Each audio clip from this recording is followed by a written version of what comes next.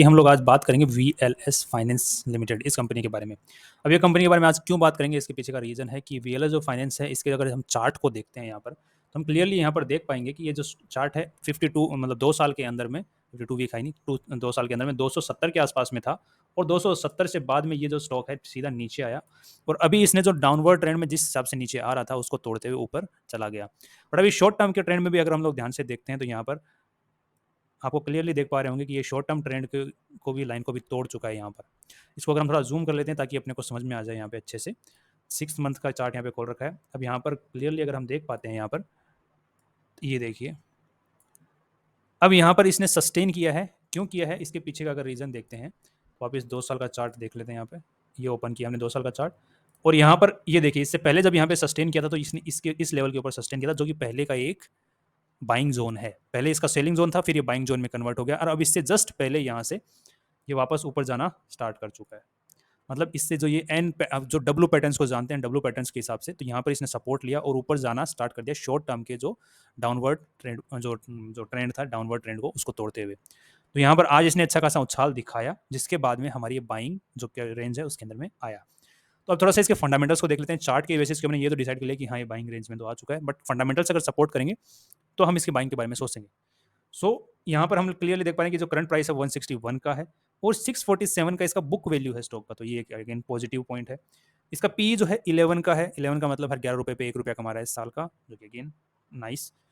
ROCE 2.13 का, ROCE किसके basis पे है, 647 के बेसिस के ऊपर है। सो अगर करंट प्राइस के हिसाब से देखा जाए तो 8% के आसपास का ROCE अपने को देखने को मिल रहा है। ROE अगेन 2% का है, तो अगेन करंट प्राइस के हिसाब से 8% का रहेगा, अगेन अच्छी बात है। अब यहाँ पर आगे की अगर हम चीज़ें देखते हैं, क्वार्टरली रिजल्ट के अकॉर्डिंग हम बात करेंगे, तो जो रीसेंट रिजल्ट है जिसकी वजह से ये नीचे आया है, जो कि -15 का मतलब इनको सेल जितने की हुई है, तो अब ये कौन सी कंपनी, अगर इसके पहले देख लेते हैं, ये company asset management company, arbitrage, equity investment company, मतलब इसके पास में पैसे हैं, पैसे को ये इन्वेस्ट करती है आगे दूसरी कंपनीज के अंदर में। ये इसका मेन काम है कंपनी का। अब इस हिसाब से, जिस हिसाब से काम करे, तो ये जो कंपनी कमा कैसे रही होगी, ये 2 तरीके से कमा रही होगी। एक तो ये जो क्लाइंट्स हैं उनको चार्ज कर रही होगी, दूसरा ये इनकम जनरेट कर रही होगी जो ट्रेडिंग करती है वहाँ से। तो ये 2 तरीके हैं, और इससे जो खर्चे हैं वो मोस्टली सैलरी के अंदर में ही होंगे, या फिर चुटमुट जैसे बिल्डिंग खरीद ली, या फिर कंप्यूटर्स खरीद लिए, लैपटॉप्स खरीद लिए, सिस्टम्स खरीदे, उनके अंदर इनकी मोस्टली खर्चे होंगे। तो यहाँ पर इनको इस साल खर्चा हुआ है 15 करोड़ का, जबकि खर्चा जो एक्सपेंस हुआ है वो एक्स्ट्रा हो रहा है, तो यहाँ पे टोटल -24 करोड़ का यहाँ पे इनको नेट प्रॉफिट हुआ है, जिसकी वजह से इनको पर शेयर 4 रुपये का नुकसान हुआ है लेटेस्ट क्वार्टरली रिजल्ट के अकॉर्डिंग।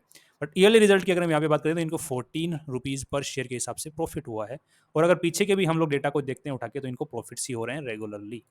अब दूसरी बात अगर हम यहाँ पे बात करें तो इनका जैसे कि एसेट मैनेजमेंट कंपनी है, इक्विटी इन्वेस्टमेंट कंपनी है, तो इक्विटीज जो होता है थोड़ा सा मतलब प्रॉफिट कंसिस्टेंट आना बहुत मुश्किल है वहाँ से, राइट। सो कंसिस्टेंसी प्रॉफिट P&L स्टेटमेंट के अंदर देख पाना यहाँ पे बड़ा मुश्किल है, और उसके पीछे भागना भी जरूरी नहीं है ऐसी कंपनियों के लिए। हमें यहाँ पे ये देखना कि आज के दिन उनके जो एसेट्स हैं उनकी वैल्यू क्या है।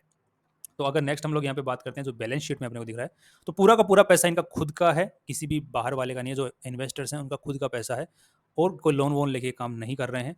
और अदर लाइबिलिटी सेक्शन में भी इनके पास में थोड़ा बहुत जो पैसा है वो आया हुआ है 561 करोड़ का। तो टोटल इनके पास में 3000 करोड़ के आसपास का आज के दिन पैसा है, और उसको इन्होंने इन्वेस्ट कर रखा है 27 करोड़ रुपए के, 27.5 करोड़ तो 100 करोड़ तो इन्होंने इन्वेस्टमेंट कर रखे हैं, जैसे डेट फंड हो गया, इक्विटी में हो गया, एसेट मैनेजमेंट कंपनीज में, इनमें कर रखा है एज पर इनकी एनुअल रिपोर्ट, जो कि पिछले साल की नई अभी आई नहीं है, नहीं आएगी तो उसका डेटा भी आएगा। नेक्स्ट जो अब दूसरी बात हम यहाँ पे जानने वाली बात ये है कि इनका जो पिछले साल का जो टोटल लाइबिलिटी सेक्शन था वो 3600 करोड़ था, इस बार 3000 करोड़ के आसपास है। तो ये इसका कारण क्या है कि ये 600 करोड़ रुपए कहाँ गए। तो अगर इस चीज़ को आप ध्यान से देखेंगे यहाँ पे, तो 39 शेयर कैपिटल जो था 39 करोड़ का था, तो जो कि घट के 35 करोड़ गए। इसका मतलब डायरेक्ट आता है कि इन्होंने बायबैक किए शेयर्स। तो ये जो पैसे आपको 600 करोड़ के आसपास में नेगेटिव दिख रहा है, तो कम हुए हैं, ये इनको बायबैक में मतलब शेयर्स जो है इन्वेस्टर से वापस खरीदे हैं, जो कि एक अच्छी बात है, क्योंकि कंपनी के पास में पैसा कमा रही है तभी तो बायबैक कर पा रही है, ताकि इन्वेस्टर्स के लिए ज़्यादा वैल्यू क्रिएट कर सके। तो दैट इज़ पॉजिटिव। दूसरा, ये कंपनी ने डिविडेंड भी दिया है 6 करोड़ का, और हर साल दे रही है 6 करोड़ रुपए का। अगेन शेयर होल्डिंग पैटर्न्स की अगर हम बात करते हैं, तो रिसेंटली अगर डेटा के अकॉर्डिंग ये अपने जो शेयर्स हैं वापस बायबैक, प्रोमोटर्स जो हैं वो शेयर्स खरीद रहे हैं। प्रमोटर्स पब्लिक से शेयर्स खरीद रहे हैं अपने। यहाँ पे देख पा रहे हैं 50 करोड़ 0.22% में प्रमोटर्स की होल्डिंग थी, और जो 3 महीने के अंदर जो जुलाई 23 का जो अभी रिसेंट का है उसके अंदर इन्होंने और प्रोमोटर्स ने पब्लिक से पैसे उठाए हैं, मतलब शेयर्स उठाए हैं। तो ये हमारे सामने अब तक जो हम बात करें सारे पॉजिटिव ही पॉजिटिव पॉइंट्स अपने को देखने को मिल रहे हैं कंपनी के regarding. So as per data जो इस कंपनी की जो आज की जो प्राइस होनी चाहिए, जो इसने इन्वेस्टमेंट कर रखे हैं, उनकी जो वैल्यू है वो 600 650 करोड़ की है, उससे ज़्यादा की है। और कंपनी का जो प्राइस चल रहा है वो 660 रुपये के आसपास में चल रहा है। चार्ट फेवरेबल है, फंडामेंटल्स फेवरेबल हैं, सारी चीज़ें फेवरेबल हैं। तो इसमें हमें पैसा लगाने के अंदर में हमें कोई दिक्कत फील नहीं हो रही है। बट सेकेंड थिंग, किसी भी एक कंपनी में इन्वेस्ट करना ठीक नहीं है। इस टाइप की आपको 15 कंपनियों के अंदर जो कि इन्वेस्टमेंट करना चार्ट के बेसिस के ऊपर, जिसको हम बोलते हैं टेक्निकल एनालिसिस के बेसिस पे भी, और फंडामेंटल एनालिसिस के बेसिस के ऊपर भी फेवरेबल जो इन्वेस्टमेंट फेवरेबल्स होते हैं, ऐसी 15 कंपनियों में आपको इन्वेस्ट करके छोड़ना है, ताकि आपका जो risk of losing into the stock market वो जो है काफ़ी हद तक कम हो जाए। अगर ऐसी कंपनियों के अंदर आपने इन्वेस्ट कर रखा है तो आपका risk of losing money in the stock market बहुत कम हो जाता है। सेकंड, अगर फिर भी किसी मार्केट क्रैश की वजह से आपका पोर्टफोलियो डाउन जाता भी है, तो उस चीज से बचाव करने के लिए, मतलब क्रैश के बचाव करने के लिए या फिर क्रैश का बेनिफिट उठाने के लिए, दोनों ही बातें सही है, आपने को जो टोटल आपकी जितनी भी सेविंग है उसका सिर्फ 50% ही 15 कंपनीज में इन्वेस्ट करना है। ये मैं हर बार बताता हूं ताकि आपका जो पैसा है वो स्टॉक मार्केट में सिक्योर रहे और आप ज्यादा से ज्यादा अर्निंग्स यहाँ से कर सकें। बिकॉज मैंने ये जो चीज़ है बहुत ही हार्ड तरीके से सीखी है, बहुत पैसा स्टॉक मार्केट को देने के बाद सीखी है। फाइनली हमारा जो रिकमेंडेड प्राइस है, आज का जो प्राइस है, इसके हिसाब से हम इस स्टॉक को उठा सकते हैं, कंपनी के स्टॉक को उठा सकते हैं और इसको होल्ड करके रख सकते हैं 600 के टारगेट के लिए, जो कि लॉन्ग टर्म टारगेट है, शॉर्ट टर्म नहीं है। और शॉर्ट टर्म के हिसाब से अगर आपको देखना है तो आप इसके जो स्टॉक हैं इसको 230 के टारगेट लेवल्स के लिए शॉर्ट टर्म के लिए होल्ड कर सकते हैं।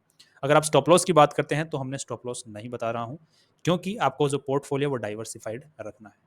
डाइवर्सिफाइड तरीका ही एक तरीका है जिसके बेसिस के ऊपर हम रिस्क को कम कर सकते हैं। स्टॉप लॉस भी वो तरीका है जिसकी वजह से हम स्टॉप लॉस को काट सकते हैं।